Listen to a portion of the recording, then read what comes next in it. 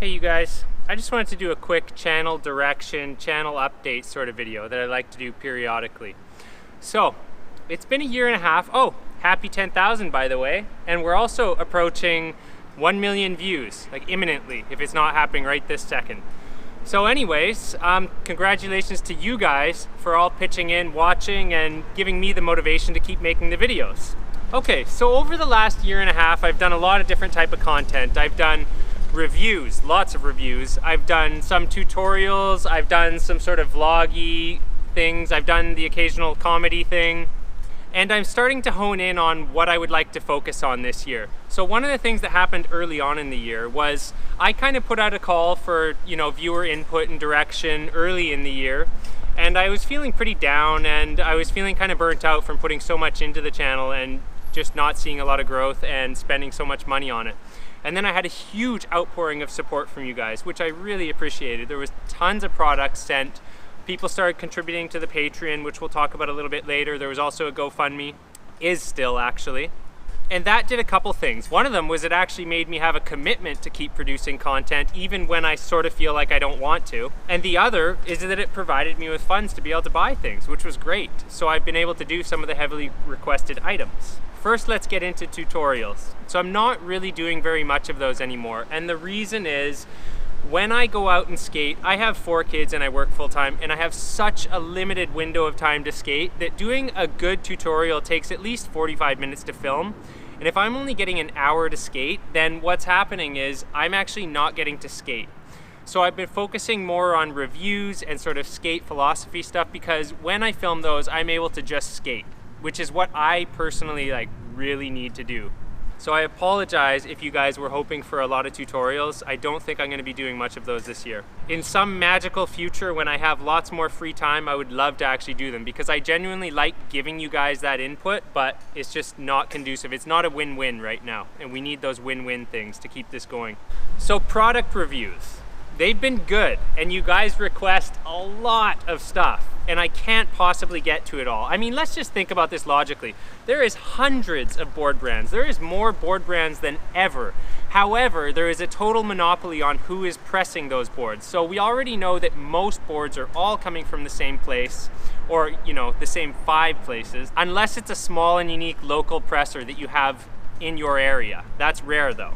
One of the things I want to focus on is new technology. I'm actually taking more of a liking to flight decks. There's some other really cool brands out there like Cape Skateboards, and they're doing some really interesting stuff that I think is going to be the future of skateboards. So I want to focus on new technology instead of the 5 billion brands that are out there just to suit each and every one of your unique personalities. The next thing I want to focus a lot more on this year is honing in on my ideal setup, because I've ridden so many different things and it's given me tons of insight into how different types of skateboards work, but I also want to really narrow down what is my ideal board so that I can focus on my own progression as well. So as many of you guys know, I've taken a job instead of working for myself, and I've done this to be able to just work 40 hours a week and be able to come home and keep my mental energies focused on raising my family, and then when they're asleep, to be able to produce content for you guys and think of new ideas. But as a result of this, funds are a little bit tighter than they could be if I was self-employed and actually working enough. So I'm going to be focused on free products. Basically, the products that get on are going to be free. So I'm going to be talking to manufacturers that I feel like supporting. I'm going to be using the Patreon funds to buy things. And here's just a couple of the things that I bought. So the flight deck was bought from Patreon funds. These Venture Highs that I bought were bought from Patreon funds. These wheels, these Bones wheels, were bought from Patreon funds. I just bought an Element deck from the Patreon money. The Nija shoes were bought from a GoFundMe donation. So what you guys are giving does get put to use. One of the things I want to do this year is I actually am going to do some Tensor truck reviews, maybe the all-terrain and maybe the magnesium ones. So while we're on the topic of the Patreon, let's get into that a little bit. I'm gonna link it in the description below. So what I recommend is just a very small donation, like something around $5. So what this is for is just to support the channel and help me live up to my commitment to actually producing these. And I'm going to produce the videos once a week. I'm trying to put them out on Saturday morning. So that is Saturday morning, California and Vancouver time. But basically, it's like Saturday morning cartoons for adult skateboarders. Although I know we have a big range in age of viewers, so that's good too. Also, I'm sorry I don't actually do anything extra for you guys for the Patreon stuff. At this point, I'm like way too overwhelmed to figure out how to do that. And I know you guys are giving me tons of suggestions. They're good ones, but what you need to know about the Patreon is thank you. It does help. And someday, again, like the tutorials, if I have more free time, I will try to give you guys perks for that. But just know that you're helping the channel out hugely. And let's talk about the GoFundMe really quick. The GoFundMe is really good if you just want to do a simple one-time donation. One of the things we had happen last year a little bit was people actually gave like a larger donation for an item that they wanted to see reviewed. I actually don't want to do that anymore this year. Just keep it to smaller donations. And the reason is, I felt a huge amount of pressure to review all the items that I had received. And I want to do it a lot slower because I want to do a good job. I don't want to feel any pressure to review the items because otherwise I'll do kind of nasty reviews like the first Niger review. Also, I don't want you guys to be expecting a good review for something that you paid for and to have it happen in a timely manner. You got to be patient because like I said, I'm a man of little time. But on to the GoFundMe. So there is one thing I actually really want to do this year, and I want to take another California trip. So we could actually do the GoFundMe thing for a California trip. Again, no large donations. I'm not going to come visit you because you gave me $100. Keep it small and know that I'm probably just going to use it to visit Ted. And if we're lucky, we'll get a good flat ground session on film.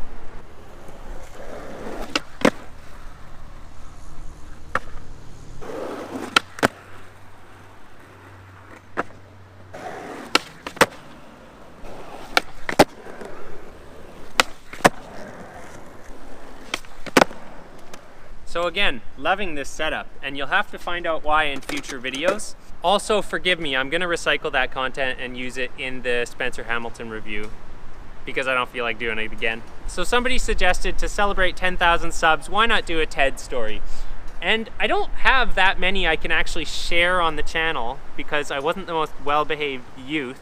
So Ted started skating at about 9 years old, and by 11 years old, he was already pretty good. Like he had a pretty good bag of tricks, a good 360 flip, good kick flips, a lot of stuff. But anyways, he was small though, right? He's a little kid still. And this was in the big pants era, just to give you a better image. You know, we both have these giant pants on and tattered shoes and huge clothes. And we were skating just like a wheelchair ramp. And he was learning nollie heel flips right around then. And so what he tried to do was, you know, he runs and he jumps on his board as fast as he can to go do a nollie heel flip. Well, anyone who's ever messed up on a nollie heel flip, if you miss the heel, if you miss the flick, well, it goes straight up. And Ted was a little kid, and let's just say his feet weren't touching the ground. And that gave him a fear of nollie heel flips well into his late teens. He just wouldn't do them because he got popsicled that bad. So anyways, short folks, watch out for those nollie heels. So thank you for watching. Thank you for supporting the channel. I know that was a whole lot of talking and a whole lot of information, and I'm sure I couldn't even retain it all in one sitting. Thank you for the support over this last year and a half, and may your next session be your best session yet. I also thought I'd share something really quickly with you guys that I like to do, because you guys don't actually know that much about me. But one of the things I love to do is I love to ferment stuff. So here's a jar of caraway rye sauerkraut. Stop wiggling the camera, you guys. You cut it out. You know pickles for you if you wiggle the camera.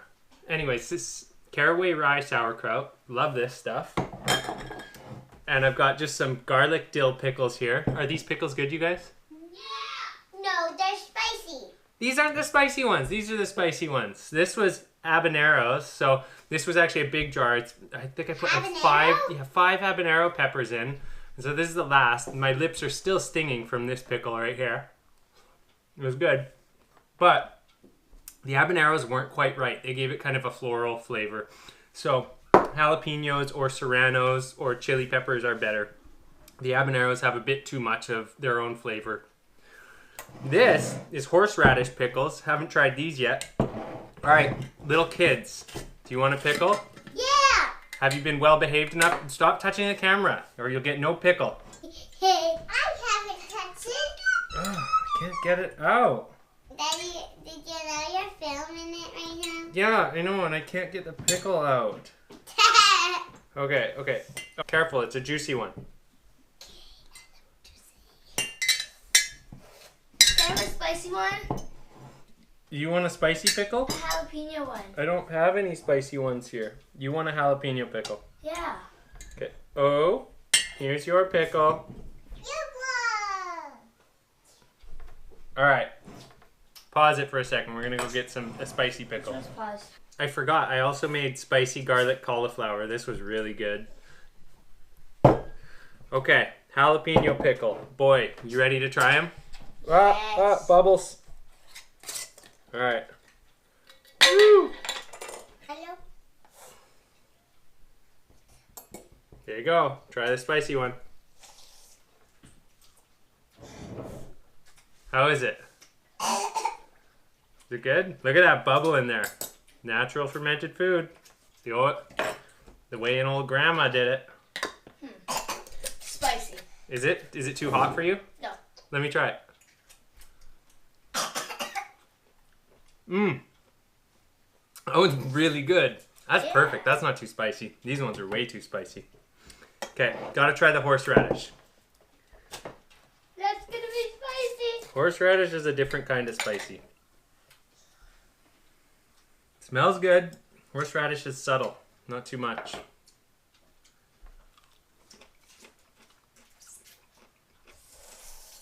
It's good. Needs more horseradish though. Next time. But pickle season's over. I gotta wait till next year to make these again. I thought pickle season just started. Did you just eat that whole pickle, little 3-year-old? Okay, you guys, say bye. Thanks for watching. Bye. Thanks for watching. Don't press the button yet. You lost your marbles, Dada. What did you say? Thanks for watching. Okay.